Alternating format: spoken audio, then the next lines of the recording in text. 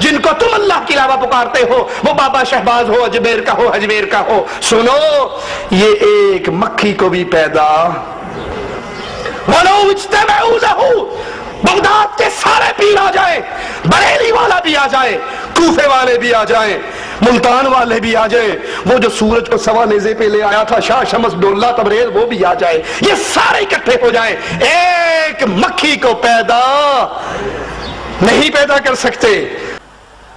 قرآن کی آیت سے بتایا کہ سارے بابا مل جائے، بریلی والا آ جائے، بدایوں والا آ جائے، وہ آ جائے، اجمیر والا آ جائے، بغداد والا آ جائے، ایک مکھی پیدا نہیں کر سکتے۔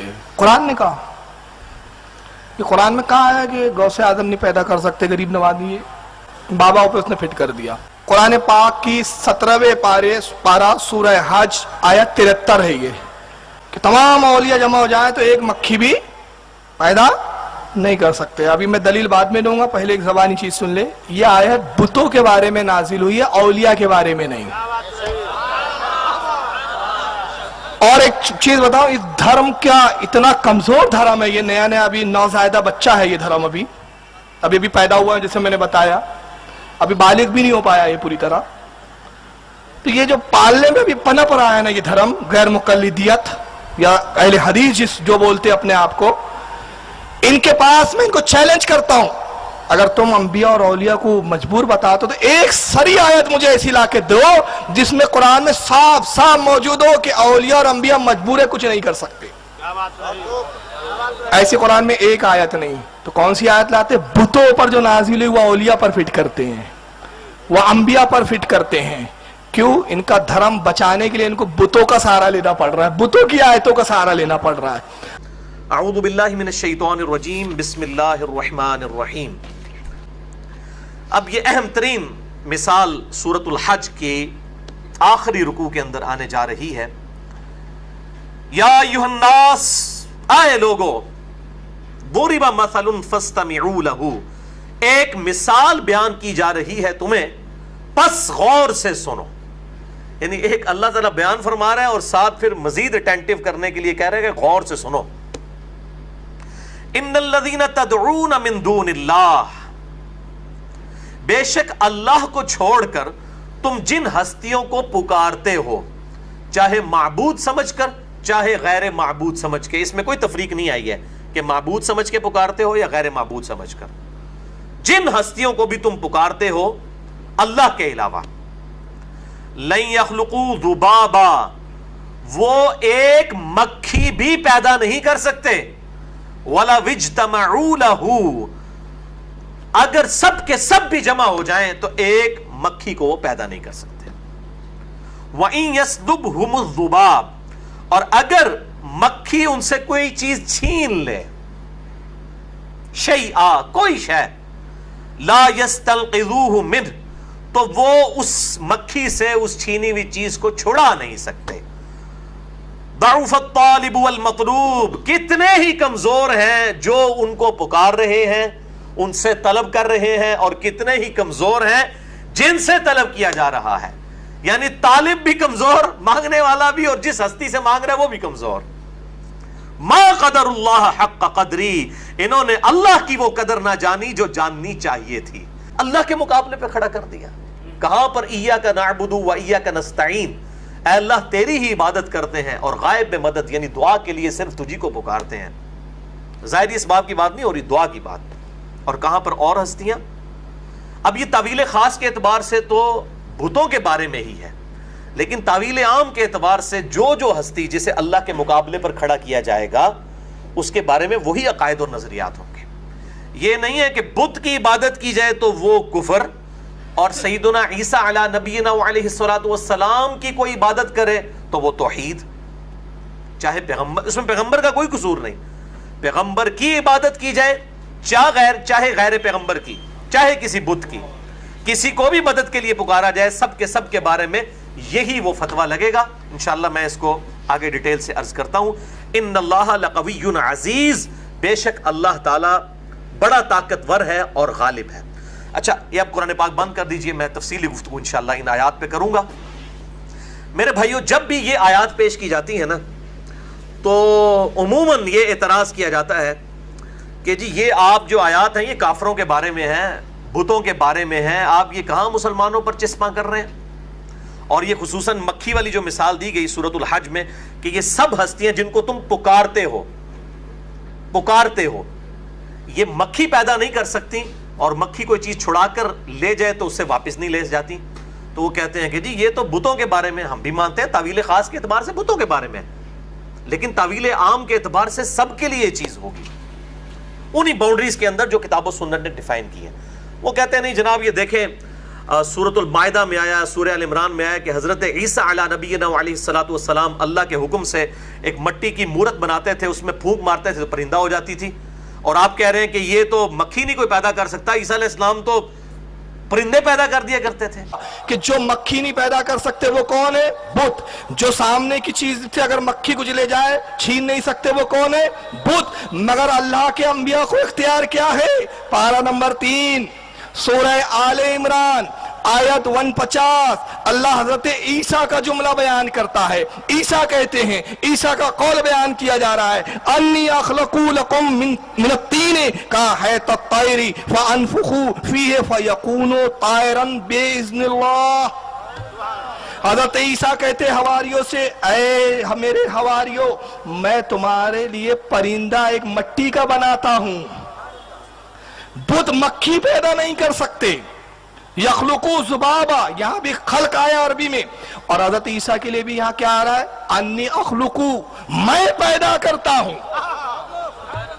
میں پیدا کرتا ہوں. کیا؟ تمہارے لیے مٹی کا ایک پرندہ بناتا ہوں. فانفقو، پھر اس میں فانفقو فیہ، میں اس میں پھونکتا ہوں روح. لفظی ترجمہ ہو رہا ہے، میں روح پھونکتا ہوں. فَيَقُونُ، پس وہ ہو جاتا ہے، ہو جاتی ہے، طائرم، زندہ پرندہ اڑتا ہوا، بے اذن اللہ، اللہ کے حکم سے. بت مکھی نہیں پیدا کر سکتے، میں چڑیوں میں بے جانوں میں پھونک ماروں تو ان کو ہوا میں اڑاتا نظر آؤں. عیسیٰ علیہ السلام اگر یہ کام کریں گے تو صرف عیسیٰ کے لیے ہی ثابت ہوگا. آپ کے بزرگ بابوں پہ اگر آپ ثابت کریں گے تو کتاب و سنت سے دلائل لانے پڑیں گے، یا پھر لائیں بزرگ بابے پیش کریں. ہم پوری دنیا کا انٹرنیشنل میڈیا لے آتے ہیں، پاکستان کا بھی لے آتے ہیں. اب تو میڈیا کا دور ہے، ایک دن میں سب لوگوں کو اپنے فرقے پہ لے آئیں اور لائیں کوئی مٹی کی مورت، اس میں پھونک مار کے آپ بنا کے بتائیں. اسی طریقے سے حضرت موسیٰ علیہ السلام اگر عصا کو پھینکتے تھے اور وہ اژدہا بن جاتا تھا تو وہ اللہ کے اذن سے تھا، اور وہ پیغمبروں کے لیے معجزہ تھا، اور وہ ان کی زندگی تک معجزہ تھا. دنیا سے جانے کے بعد وہ معجزہ نہیں ہے. تو یہ بالکل آدھا سچ بولتے ہیں، اور آدھا سچ بڑا خطرناک ہوتا ہے. تو یہ بھائیو یقیناً کسی مسلمان پر ناحق ایسی کوئی آیت یا حدیث فٹ کرنا جو اس کے بارے میں نہیں ہے، ناحق، یہ خوارج کا طریقہ ہے. لیکن اگر اس میں من و عن وہی برائی پائی جاتی ہے تو پھر وہ اس کے اوپر فٹ ہوگی. کیوں؟ کہ قرآن حکیم رولز کی کتاب ہے، جسے فٹ اسے گفٹ. یہ نہیں ہوگا کہ جی آپ یہ کہہ دیں گے جی یہ کافر کے بارے میں آیت ہے، کافر جو ہے وہ زنا کرے تو وہ مجرم ہے، مسلمان کرے تو کوئی نہیں ہے. کافر جھوٹ بولے تو مجرم ہے، مسلمان کرے تو کوئی نہیں ہے. مسلمان تو بڑا مجرم ہے کہ مان کے بھی ہٹ درمی میں جو ہے وہ اتر آئے. تو یہ قرآن پاک رولز ہیں، اور اس کے ثبوت میں انشاءاللہ تعالیٰ دلائل بھی پیش کرتا ہوں کہ جسے فٹ اسے گفٹ. قرآن حکیم کی آیات جرنل ہے، جسے فٹ ہوں گی اسے گفٹ کی جائیں گی، اور جنہیں فٹ نہیں ہوں گی ان کو اگر زبردستی گفٹ کریں گے وہ خوارج کا طریقہ ہوگا. اب مثال کے طور پر صحیح مسلم میں حدیث ہے انٹرنیشنل نمبر کے مطابق 246 نمبر، اور مشکات میں 569 نمبر، مسلم میں 246، مشکات میں 569، کہ نبی صلی اللہ علیہ وسلم نے فرمایا کہ بندے کے شرک اور کفر اور ایمان کے درمیان فرق نماز ہے. لیں جی، اب نبی صلی اللہ علیہ وسلم فرما رہے ہیں جو نماز نہیں پڑھتا تو اس کے ایمان اور کفر اور شرک کے درمیان فرق ہی نماز ہے. اب جو نماز نہیں پڑھے گا تو آپ اس کو یہ حدیث نہیں سنائیں گے، اور آپ اس کو یہ حدیث سنائیں وہ کہے گا جی آپ تو خارجی ہیں، دیکھیں آپ کفر اور شرک کا فتویٰ میرے اوپر لگا رہے ہیں. تو بھی نبی صلی اللہ علیہ وسلم لگا کے گئے ہیں تیرے اوپر کہ کفر و شرک اور ایمان کے درمیان فرق نماز ہے. اس کو میں مزید بریف کرتا ہوں، آسانی سے انشاءاللہ سمجھ آ جائے گی کہ دو اصطلاحات، دو ٹرمنالوجیز کو سمجھ لیجئے. نمبر ایک ہے شان نزول، سرکمسٹانسز، کن حالات پر کوئی آیت نازل ہوئی. اور نمبر 2 ہے سیاق و سباق، جسے ہم کانٹیکسٹ کہتے ہیں انگلش میں. کانٹیکسٹ کے ساتھ کیا بات ہے؟ تو یہ 2 بالکل الگ چیزیں ہیں میرے بھائیوں. سیاق و سباق تو قرآن حکیم میں موجود ہوتا ہے اپنی آیات کا، اور اس کے بغیر تو چارہ ہی نہیں ہے. اس کو نہ ماننا تو قرآن کا انکار ہے، لیکن وہ کانٹیکسٹ قرآن کا ہونا چاہیے، اس کے بغیر تو چارہ نہیں. مثلا قصہ آدم اور ابلیس 7 دفعہ قرآن میں آیا، 6 جگہ تو آیا کہ اللہ نے فرشتوں کو حکم دیا سجدہ کرو، سب نے کیا، ابلیس نے نہیں کیا. اس سے تو لگتا ہے کہ شاید فرشتہ تھا ابلیس، اور قرآن کہتا ہے کہ فرشتے تو اللہ کے حکم کی نافرمانی نہیں کرتے.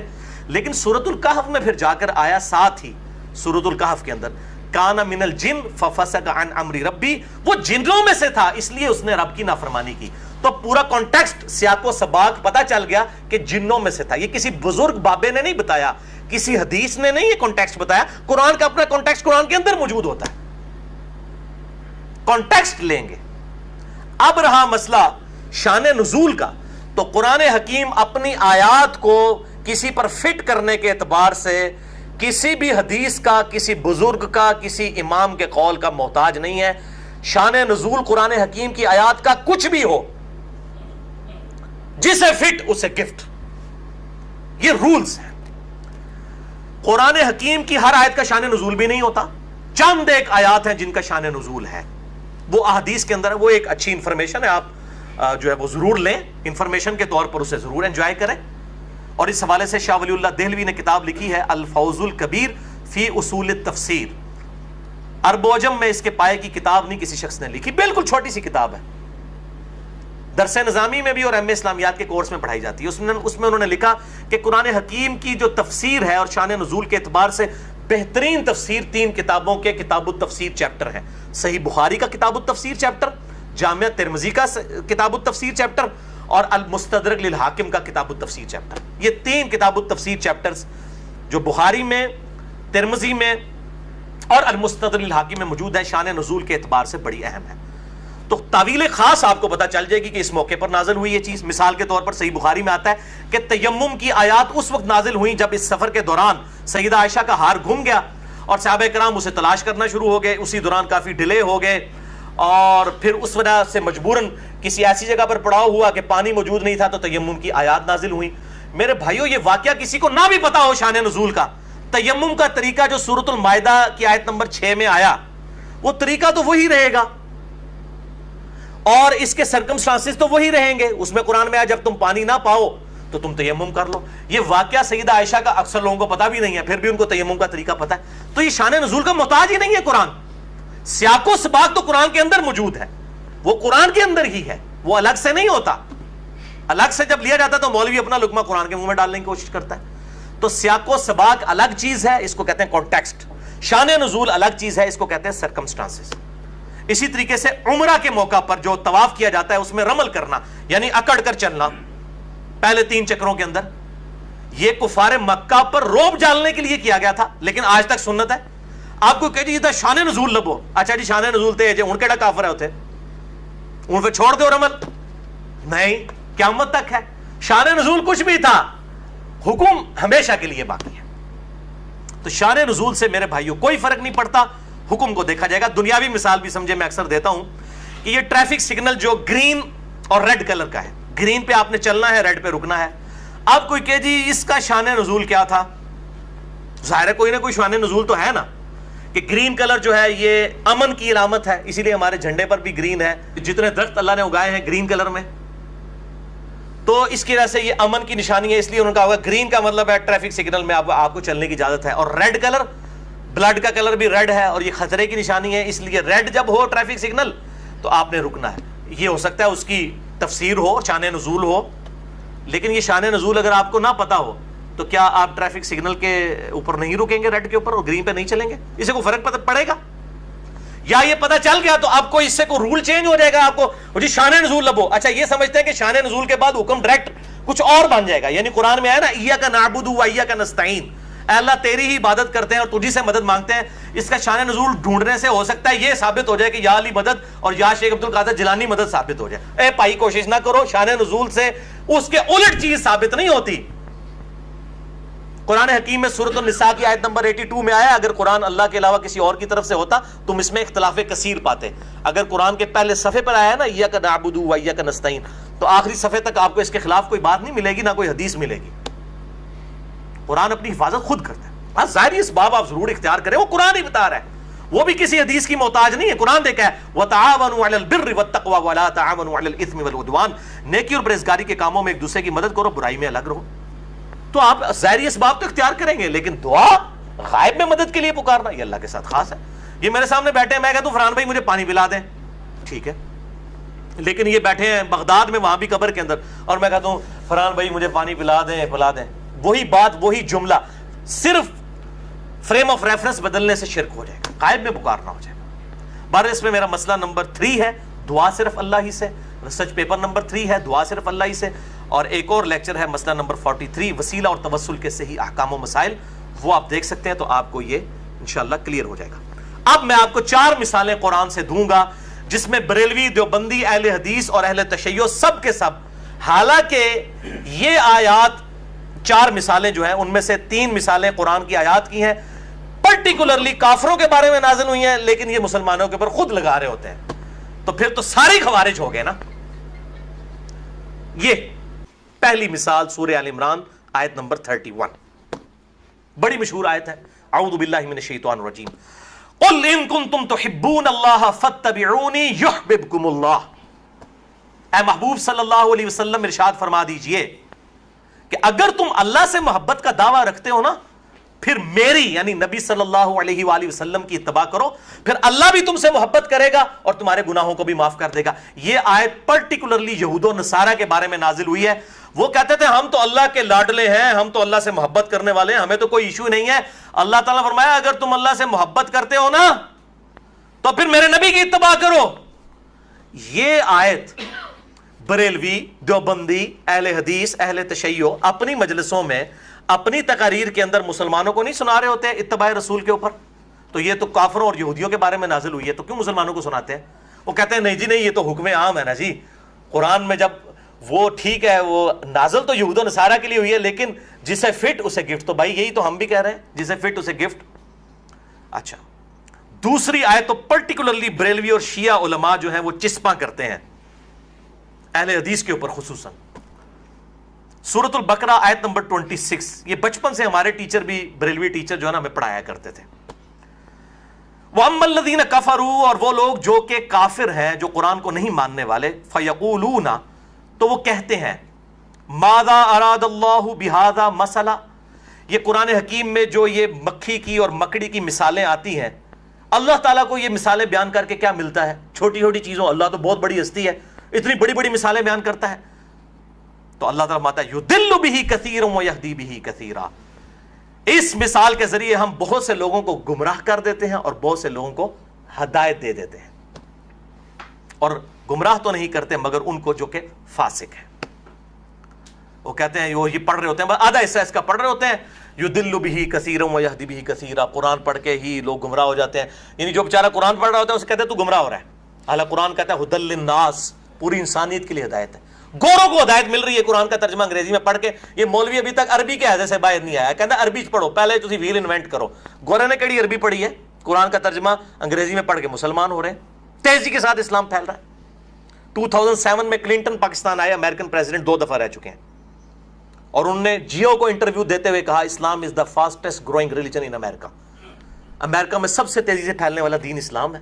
ادھر پاکستان، انڈیا اور بنگلہ دیش کا مولوی کہتا ہے قرآن ڈائریکٹ نہ پڑھو گمراہ ہو جاؤ گے، اور گورے کو ہدایت مل رہی ہے. اصل میں گمراہ کا مطلب یہ ہے کہ اس کے والے عقیدے نہیں رہیں گے نا.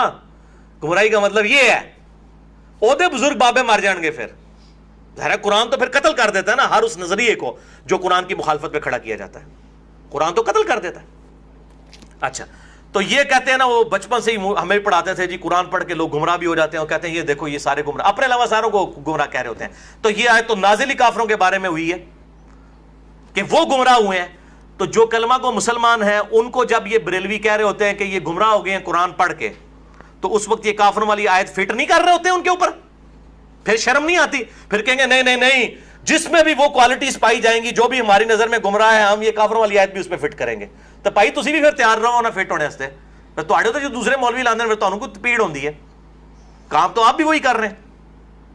اور تیسری تو انتہائی شرمناک مثال ہے, لیکن یہ لیکچر کا تقاضا ہے, میں ضرور دوں گا.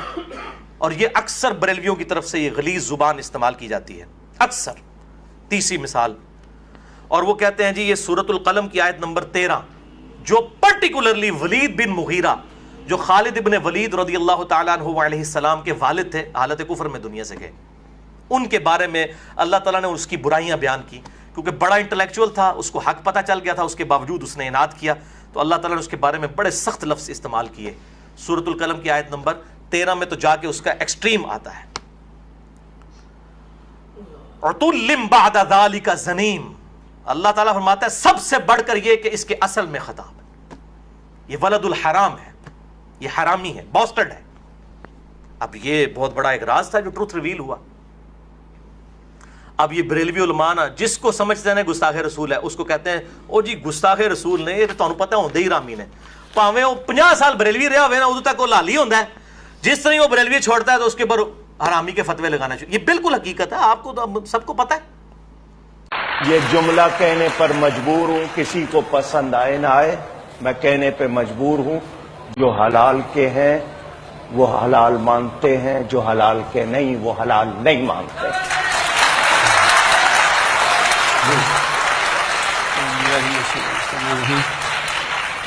یہ زہریلے الفاظ ہیں لوگوں کی مت مارنے کے لیے, اور کافی حد تک کامیاب ہے, یہ مت مارنے میں کامیاب ہو چکے ہیں. اپنی پبلک کی کم از کم مت مار دیے انہوں نے اس طرح کے الفاظ ڈیوائز کر کے. اور یہ مولویوں نے زہریلے الفاظ ڈیوائز کیے ہوئے ہیں. کوئی توحید کی بات کرے اس کو کہتے ہیں یہ وہابی ہو گیا, کوئی صحابہ کی بات کرے اس کو کہتا ہے یہ دیوبندی ہو گیا, کوئی نبی صلی اللہ علیہ وسلم سے عقیدت کی بات کرے اگرچہ اگر وہ غلو کے درجے میں نہ ہو, کہتے ہیں یہ تو بریلویوں والی باتیں کرتا ہے.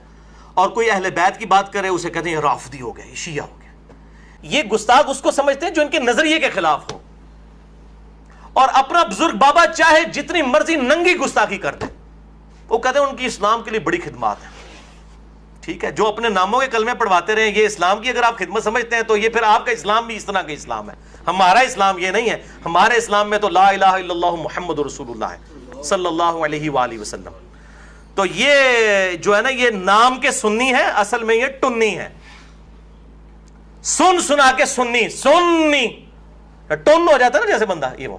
اور الحمدللہ ہم ہیں صحیح سنی منہج کے اعتبار سے, فرقے کی بات نہیں کر رہا, بکش مسلمان ہے, کتاب و سنت کے دلائل کے ساتھ سنت پہ چلنے والے.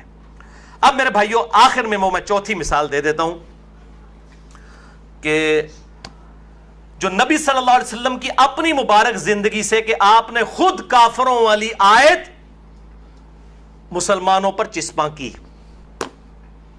کہ جسے فٹ اسے گفٹ. اب یہ ہے سب سے بڑی پھکی میں نے اینڈ پہ رکھی ہوئی تھی. اب نبی صلی اللہ علیہ وسلم پہ بھی نعوذ باللہ اس قسم کا فتویٰ لگا کے اپنا ایمان کوئی برباد کرے, یہ میں مثال دینے لگوں. دل تھام کے سنیں اب, خصوصاً بریلوی اور شیعہ علماء, ان کے لیے لمحہ فکریہ اور دعوت اصلاح ہے. صحیح بخاری میں انٹرنیشنل نمبر کے مطابق 3456 اور 7320 نمبر حدیث ہے. صحیح مسلم میں 6781 اور مشکات میں 5361. بخاری اور مسلم کی متفق علیہ حدیث کہ آپ صلی اللہ علیہ وسلم نے فرمایا کہ تم بھی اگلے لوگوں کے پیچھے چل پڑو گے قدم بقدم بالشت بر بالشت, حتیٰ کہ اگلے لوگوں میں سے کوئی شخص گوہ کے سوراخ میں داخل ہوا تو تم بھی یہی کام کرو گے. صحابہ نے عرض کیا یا رسول اللہ صلی اللہ علیہ وسلم, یہ جو آپ ہمیں کہہ رہے ہیں اپنی امت کے بارے میں یہ بات کر رہے ہیں کہ ہم اگلے لوگوں کی پیروی شروع کر دیں گے, تو کیا یہ اگلے لوگوں سے مراد یہود و نصارہ ہیں؟ کیا ان کی برائیاں بھی اس امت میں آ جائیں گی؟ اس امت کے یہود و نصارہ میں نہیں, اس امت کے مسلمانوں میں, کیونکہ صحابہ کو اور صحابہ کے ذریعے اپنی امت کو خطاب ہو رہا تھا. تو آپ نے فرمایا اگر اس سے مراد یہود و نصارہ نہیں تو اور کون سے لوگ مراد ہیں؟ اچھا, کہتے ہیں یہود و نصارہ کے فیشن کے بارے میں. میں آپ کو بتاتا ہوں کہ یہ یہود و نصارہ کے فیشن کے بارے میں نہیں, یہود و نصارہ کے بد عقیدہ جو ان کے اندر بد عقیدگیاں تھی اس کے بارے میں حدیث ہے, کیونکہ اسی حدیث کا ایک طریق جامعہ ترمذی میں بھی موجود ہے انٹرنیشنل نمبر کے مطابق 2180. یہاں سے آپ کو کانٹیکسٹ بھی پتا چل جائے گا, سیاق و سباق. مشکات میں 5408 یہ حدیث ہے کہ نبی صلی اللہ علیہ وسلم غزوہ حنین کے موقع پر جب جا رہے تھے, راستے میں ایک درخت آیا, ذات و انوات اسے کہا جاتا تھا. اس سے مشرکین عرب اپنا اسلحہ لٹکایا کرتے تھے برکت حاصل کرنے کے لیے کہ جنگ میں جیت جائیں گے, جس طرح آج کل بھی یہاں درختوں کے اوپر ٹاکیاں اور باندھی ہوئی ہوتی ہیں نا مزارات کے اوپر درخت میں ہیں, یہ مشرکین بھی یہ کام کرتے تھے, اپنا اسلحہ یوں ٹچ کرتے تھے, اسی دے جیتاں گے ہوں. نعوذ باللہ من ذالک. تو صحابہ اکرام نے, اب دیکھیں صحابہ اکرام میں بھی سب ایک درجے کے تو نہیں تھے نا. کچھ لوگوں نے کہا یا رسول اللہ آپ بھی ہمارے لیے کوئی درخت مقرر کر دیجئے کہ ہم اس سے برکت حاصل کر لیا کریں. آپ نے کہا سبحان اللہ, یہ تعجب کا کلمہ ہوتا تھا, سبحان اللہ, اللہ پاک ہے, یعنی اللہ کے بارے میں کیسا عقیدہ مجھے بنانے کو کہہ رہے ہو. اس میں محذوف ہے سبحان اللہ عما یشرکون, اللہ بلند و بالا ہے اس شرک سے جو لوگ اس کی طرف منسوب کرتے ہیں. آپ صلی اللہ علیہ وسلم نے فرمایا اللہ کی قسم تم نے تو آج وہی بات کر دی جو موسیٰ کے ماننے والوں نے کر دی تھی. اور سورۃ الاعراف آیت نمبر 138 آپ نے تلاوت فرمائی, اعوذ باللہ من الشیطان الرجیم, اجعل لنا الہا کما لہم آلہا, کہ جب موسیٰ علیہ السلام, پورا کانٹیکسٹ اس کے اندر ہی موجود ہے اسی آیت کے اندر, موسیٰ علیہ السلام اپنے اصحاب کو لے کر جا رہے تھے تو ایک جگہ پر انہوں نے دیکھا کچھ لوگ بتوں پر اعتکاف کیے ہوئے ہیں, تو انہوں نے کہا ہمارے لیے بھی اس طرح کا کوئی بت بنا دیجئے, ہم اس پہ اعتکاف کریں. تو آپ صلی اللہ علیہ وسلم نے اپنے صحابہ کو کہا تم نے بھی وہی بت پرستی والی بات کر دی جو موسیٰ کے ماننے والوں نے کی تھی. پھر آپ صلی اللہ علیہ وسلم نے فرمایا والذی نفسی بیدی, اس ذات کی قسم جس کے قبضے قدرت میں میری جان ہے, لترکبن سنن من کان قبلکم, تم ضرور چل پڑو گے انہی لوگوں کے راستے پر قدم با قدم جن پہ اگلے لوگ چلے ہیں. یعنی یہودیوں نے وہ شرک کیا نا, اصحاب ہو کر بھی اس طرح کی شرکیہ بات کی. آپ نے تو نہیں فرمایا تم نے درخت کہا تھا وہ تو بت تھا, بت پہ تو آپ لگا سکتے ہو, بت والی بات درخت پہ نہیں لگا سکتے. آپ نے کلیئر کٹ, بلکہ مسند امام احمد میں حدیث ہے آپ صلی اللہ علیہ وسلم دعا فرمایا کرتے تھے اللہم لا تجعل قبری وثنا یعبد, اے اللہ میری قبر کو وہ بت نہ بنانا کہ لوگ اسے پوجیں. آپ نے خود کہا صلی اللہ علیہ وسلم, میرا پورا لیکچر ہے مسئلہ نمبر 27 اہل سنت پاک.com پہ, اور سچ پیپر نمبر 1 ہے رسول اللہ کی آخری وصیتیں صلی اللہ علیہ وآلہ وسلم, جس میں میں نے یہ حدیثیں بتائی ہیں. گنبد خضرا, قبریں, مزارات کے اوپر مسئلہ نمبر 27 سنیں. آپ فرما رہے ہیں اللہم لا تجعل قبری وثنا یعبد, اے اللہ میری قبر کو وہ بت نہ بننے دینا جس کی لوگ عبادت کریں. اب کسی سے ابھی نے کہا یا رسول اللہ آپ کی قبر بت کیسے ہو سکتی ہے؟ بھائی جسے بھی پوجا جائے گا وہ بت ہی ہوگا, اس میں نبی کا کوئی قصور نہیں, ان کی قبر مبارک کا کوئی قصور نہیں ہے. حضرت عیسیٰ علیہ السلام کے بارے میں جنہوں نے ڈیوینٹی کلیم کی, آج ہم عیسائیوں کو سخت کنڈیم کرتے ہیں, لیکن ہمیں کبھی وسوسہ نہیں آتا, کبھی وسوسہ بھی نہیں آتا کہ ہم حضرت عیسیٰ سے نفرت کر رہے ہوتے ہیں. ہم تو کہتے ہیں دشمنوں تم نے امام الموحدین سیدنا عیسیٰ ابن مریم رضی اللہ تعالیٰ عنہ کے بارے میں وعلیہ السلام ان کے بارے میں یہ بات کر دی جو امام الموحدین تھے, جن کا خطبہ اللہ نے توحید والا قرآن میں نقل کیا ہے. وقال المسیح یا بنی اسرائیل, اللہ تعالیٰ سورۃ المائدہ میں فرماتا ہے لقد کفر الذین قالوا ان اللہ هو المسیح ابن مریم, بے شک وہ لوگ کفر کر رہے ہیں جو کہہ رہے ہیں کہ عیسیٰ ابن مریم ہی اللہ ہے.